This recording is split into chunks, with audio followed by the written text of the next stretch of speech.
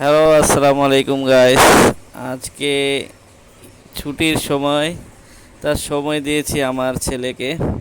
ছেলের সাথে খেলাধুলা করতেছি, ভালোই লাগতেছে। বাসায় বসে কি করব, ছেলের সাথে খেলতেছি। ছেলে আনন্দ পাচ্ছে, আমাকে ভালো লাগতেছে।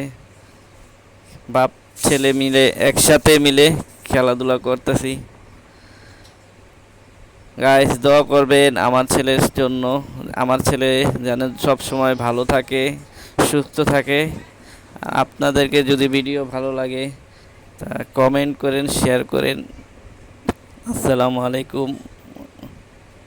ভালো থাকেন আপনারা সবাই। আল্লাহ হাফিজ।